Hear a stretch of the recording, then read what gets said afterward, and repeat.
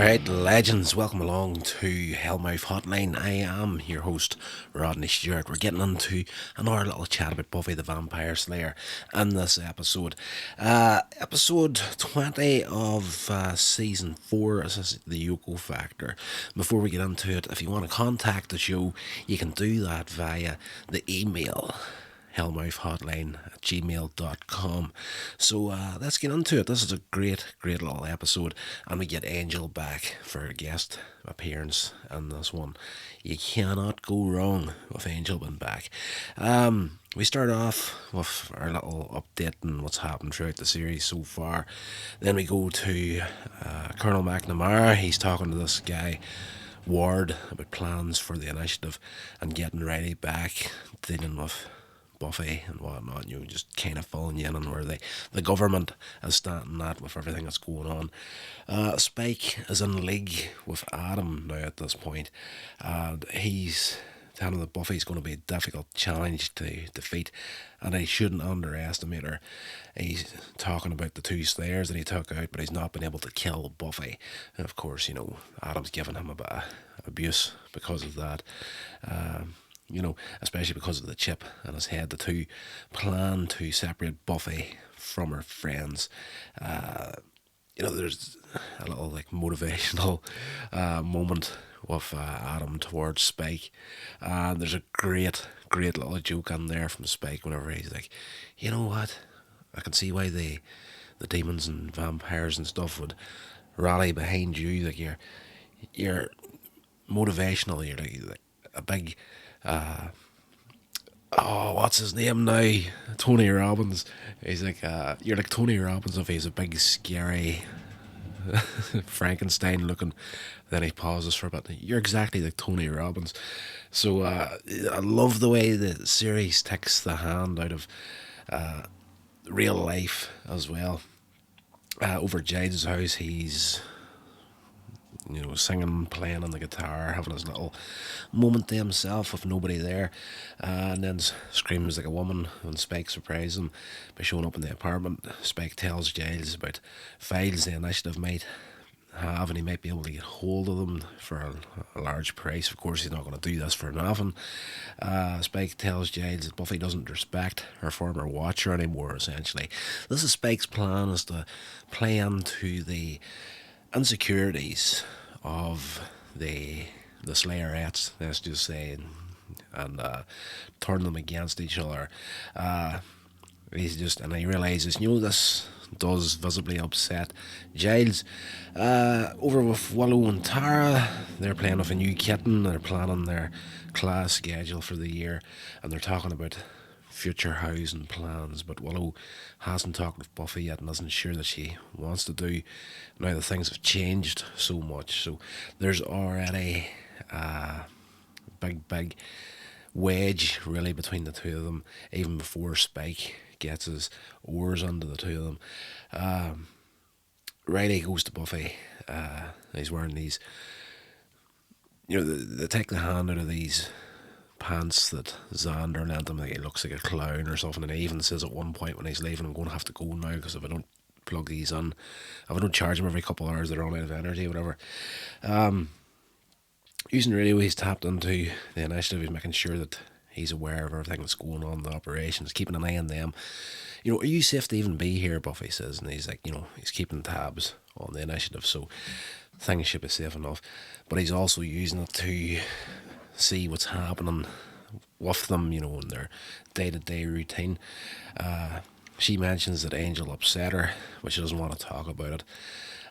Riley leaves, of course, charges pants and whatnot. So there's a big insecurity there for him because of Angel in the past and everything. And of course now he knows what the trigger is that set Angel off, and there's a lot of jealousy on his side.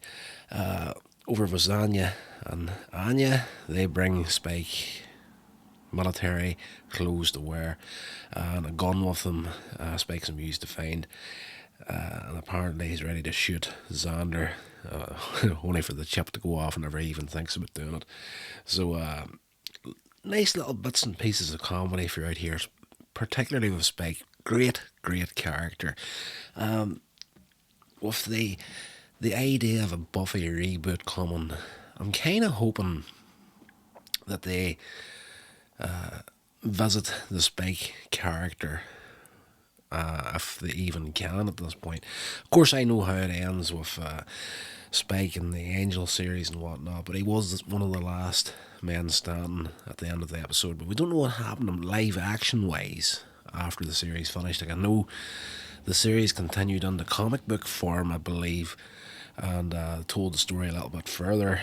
Whether Spike was a big part of it or not, I couldn't tell you. But if we're going to do a reboot, you know, Spike and even Drusilla, bring Drusilla back. I love those two together, and that's one character in particular, Drusilla, that was left open ended in the Angel series. She just disappeared way off to do her own thing and was never heard from again. But having said that, once again, in comic book form, goodness knows what they did with the character. But as far as live action goes, Spike and Drusilla, class. You can bring the two of them back, and they haven't aged that much. I've been talking to Juliet Landau on and off through social media, and sat in one of her Q&As for a new film, A Place Among the Dead, and the woman really doesn't look like she's changed very much since Buffy aired. And even James Marsters, like, I seen him on a random clip on TikTok a few days back where he must have been doing something like what would you call it, that site where you can pay for a celebrity to record a message for you. It's completely left me now, but he hasn't changed a lot either. You could definitely get away with bringing them back as vampires in some way, shape or form. So back to the episode. Xander's amused that Spike can't even aim weapons anymore, especially considering the gun isn't even a real one, it's a fake. Recovering from the chip blast to the brain, Spike continues to tear apart the Scooby gang by making Xander feel unwanted and convincing him the rest of the gang doesn't feel he's useful, and he pushes the idea that somebody has been saying that Xander's going to have to go and join the military, and of course this gets his insecurities going because everybody's going to college apart from him. And am I so brainless as this is the only thing I can do to get my way forward in life? Cut over to Buffy. She goes patrolling. She runs into Forrest, who's also out looking for Adam. They argue, of course, he doesn't like her because of him or her and Riley getting together and screwing up his future plans and whatnot. They end up going into a cave together. They decided to, Buffy's like, you go your way and I'll go my way and we'll do our own thing. But she goes towards this cave. That's also his orders. He has to get in there as well. So they get in together and they're kind of fighting the bit out and run into Adam. Adam skewers Forrest through the torso, killing him. Buffy makes a run for it, barely getting out. Lippin, she falls down a hill, hitting her head in a rock, and knocks herself out. We cut over to Spike. He turns up at Giles' house, and of course didn't go anywhere near the initiative. This is all set up by him and Adam, so he comes walking up, and then he gets his breathing right as if he's been running, and runs into the apartment pretending to sneak out of the initiative and retrieving some discs with information. Spike. Oh, where's my place in my notes right now? Giles is getting drunk at this point, and there are some funny comedy moments with him in the closing minutes of the episode because of him just getting more and more drunk as the devastation of Spike's plan starts to take effect within the group of the Scooby gang. Willow tries to decrypt the files, and Spike notices Willow and Tara's behaviour towards each other and realises that they're in a relationship and decides to use it talks to Willow about her new Wicca interests. He doesn't want to go down the route of, I know this is a relationship, the two of you are together, and he doesn't bring up the whole gay thing with them, but he uses the idea of not really understanding what the group was talking about. And you're into new things, it's only a phase. And, as far as I'm concerned, Spike says, if someone wants to be a witch, they can be a witch and whatnot. So, Willow thinks this means that their friends aren't accepting of their romantic relationship. Back over with Riley, he hears there's trouble in the streets through the radio. He runs out to check it out, and he finds Angel fighting off the commandos. Riley refuses to let Angel go to see Buffy. The two of them have a pretty brutal fight, very well choreographed in this episode. Angel's clearly the victor at the end of it all. Since the fight is personal for both of them, no punches are pulled. They go to town on each other. Angel, who normally refrains from using his superior strength against a human, still stinging from Buffy's recent comments from LA. You seen that in the episode of Angel where she came after Fifth. Why am I missing people's names here? I shouldn't do this first thing in the morning. I need to wake up and have more coffee. And to which I have to say now, I'm still on Angel's side at the end of that episode of Angel where she went into town on him and just wasn't friggin' needed. And Angel was very right in saying what he did say. They do make up in this episode, of course, and she does say, things you said there, there's a lot of truth to it as well. But yeah, he was well within, in my mind, my humble perspective, he was well within his rights to tell her to dry up and get out of LA. You're not living we're not living in each other's worlds anymore. So he was 100% right, but he's here to make it right. And not getting off to a good start by beating 7 shades of shite out of her new boyfriend. So he goes full vampire on him. Gets the bumpy face, bumpy forehead on him. This makes Riley think that Angel's lost his soul, and he's using every weapon on him. And, of course, he's thinking the trigger was a moment of true happiness. The moment of true happiness came from sleeping with Buffy. He's clearly evil here. And yes, the two of them had slept together in LA. So that's all in his head. The fight ends when Riley, having momentarily stunned Angel with a taser, he's thrown into a bunch of trash cans at the same time. Of course, the initiative turn up one of their trucks is out in patrol, so the two of them have to break off, go their separate ways again. As Angel tries to talk to Buffy at the dorm room, Riley barges in, points a gun at Angel, and Angel, of course, starts taunting Riley. And the two come to blows again. Buffy separates them, wants to talk to Angel alone, but Riley refuses her request to leave the room, so Buffy and Angel depart into the hallway, though not before Angel taunts Riley with a little smirk on the way out. Of course, Buffy's going off on Angel again. Then they laugh when Angel confesses he came to try and make things better. Angel admits that he had no right to talk to Buffy like he had before, and explains that he'd been attacked by the Initiative soldiers, and Riley only came into the middle of it and immediately came after him, and the guy wasn't forthcoming either. The two are no longer part of others' worlds, and she had no right to barge in, and has having concluded his business. Angel leaves, everything's fine now. They're in speaking terms, but before he goes, he turns back to her and he says, "Oh, and Riley, I don't like him." To which she smiles and says thank you, and off he goes. Cut over to Spike. He reports back to Adam, happy to have split up the gang, and he dubs the plan the Yoko Factor. Of course, that's the title of this episode. And he asks Adam, have you ever heard of the Beatles? And of course, Adam's like, yes, I like Helter Skelter. And Spike explains what the Yoko factor is. The Beatles wouldn't be a stretch to say that they ruled the world, and when the band broke up, everybody blamed Yoko for the split in the band. But he says, in reality, the band broke itself up. She just happened to be there.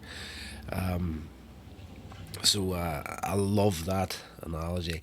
Where are we at? Really, is worried that Buffy has reunited with Angel and confesses that he already knows about how Angel can lose his soul, which has set him off.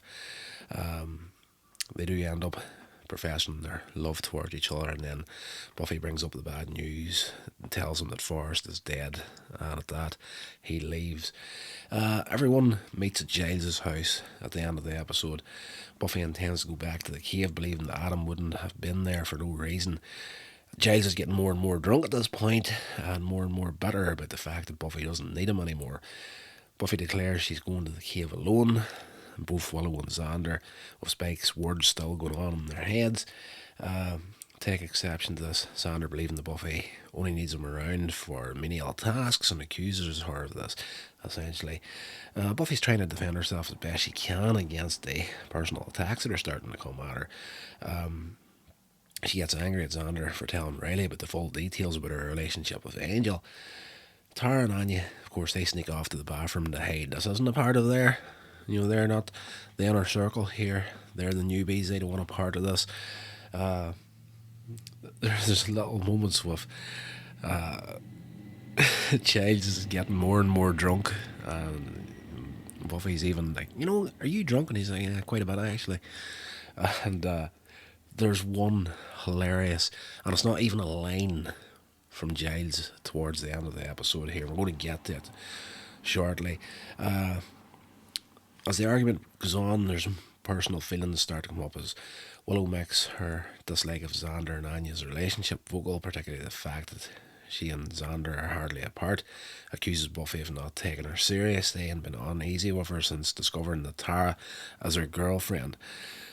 Xander starts to argue that Buffy and Willow forgot about him when they went off to college, realises what Willow had just said, and he's shocked and he turns around and he's like, Tara is your girlfriend?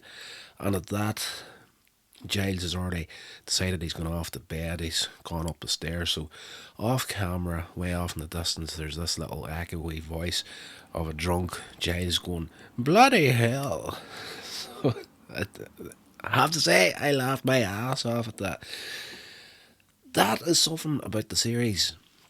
It's very much, I was breaking ground for a lot of stuff whenever the series first came out. Like, gay relationships, though these days, it's nothing out of the normal. Like, you come across someone and they're openly gay, nobody's going to question that there. And it's just, it is what it is. And, but back whenever this series was first airing, there was still a little bit of a taboo around it. And I do know that because I have some friends that are gay, but even now in 2025, there's some of them that, they're still flying below the radar, let's just say. They're in committed relationships, but they don't make a song and dance out of it. So for Buffy at the time to bring in a gay relationship into the episode, there's still a little bit of taboo around it. And you did see that with the reactions from Xander and Giles, like, the shock, she's your girlfriend, and Giles, bloody hell comment. So, yeah, it did a lot to bring it more out into the open. By now, Buffy has had enough of her supposed friends attacking her, angrily asks how they could possibly help her.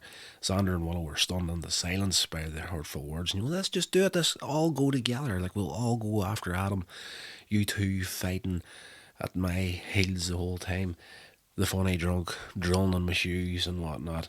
And she declares she's on her own, and now she can see why the prophecies never mentioned a chosen one having friends.